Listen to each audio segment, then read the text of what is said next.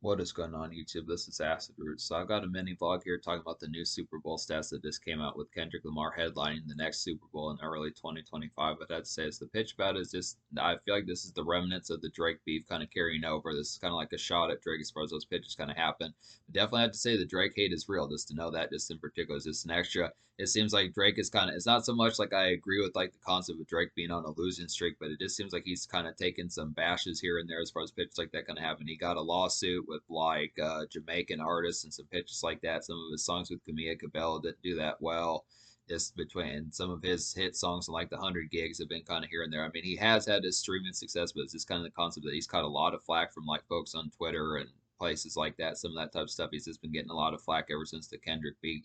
And I kind of look after like even the Super Bowl is kind of taking digs at this particular stage. I mean, there were like 15, 20 people beefing with Drake just across the past several months. That I'd say is kind of a particular thing. But yeah, just to say, I don't know. It just feels like Drake is kind of on like a luck streak here that just kind of feels like I don't know if it's like I don't know if Drake has just been crossing paths with like Black Cats or something like that. But it's an interesting type pitch. But the thing about it is, in particular, just to talk about here, is I feel like Lil Wayne kind of caught some collateral damage. I felt like noticing that just the concept that it's the inclusion of like the Drake versus Kendrick beef, where Kendrick is the headliner through the Super Bowl. And the thing about it, he did this with just one song. It was not like us that hit number one. It's just pretty much like the song of the summer, even though some folks thought it was Post Malone that got the song of the summer. But Kendrick, just with one song and no album, it's just kind of constant. That's an extra slap in the face to not just Lil Wayne, but Drake as well. Or not just Drake, but Lil Wayne as well. I'd have to say it's just a concept that it just kind of felt like Lil Wayne was dragged into this. And I mean, I picked up on. I know obviously that they're not trying to have beef with Lil Wayne, but this is kind of the concept. It just feels like almost like a slap in the face to Lil Wayne, just with the fact that the Super Bowl is in New Orleans, which is Lil Wayne's hometown, and basically Kendrick is beefing with someone that is Lil Wayne's understudy as far as those pitches going to happen, or his protege and someone that Lil Wayne found as far as those pitches going to happen. So it's just kind of a concept. Just wondering if there's like some collateral damage there as far as saying don't just hate the player, hate the game too. And obviously, I may just be fabricating things as far as those pitches going to happen. It may really not have any correlation to Lil Wayne.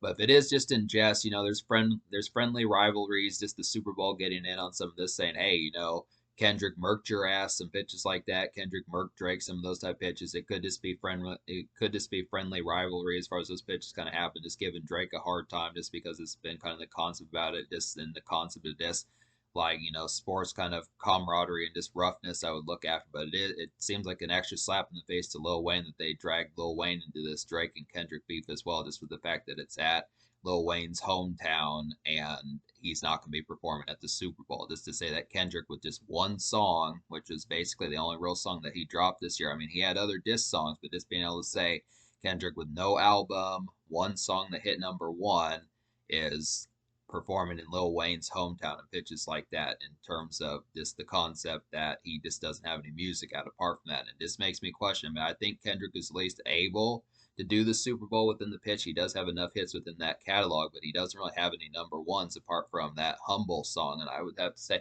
that may be really it. I mean, when you look after it, you would think when you think of folks like Prince, Michael Jackson, Mariah Carey, Whitney Houston, some of those type people, Katy Perry, some of those type folks, Bruno Mars, they've obviously had multiple number ones, but Kendrick has really only had like one or two, which would just be the Not Like Us, the recent one there, and then just the concept of like Humble and some of those type pitches. So it's just an interesting concept that Kendrick just kind of did. And it's no offense to Kendrick. I look after it. He's got some sizable hits. He has plenty of good classics under his belt. He has C4, some of those type pitches. Definitely appreciate that mixtape.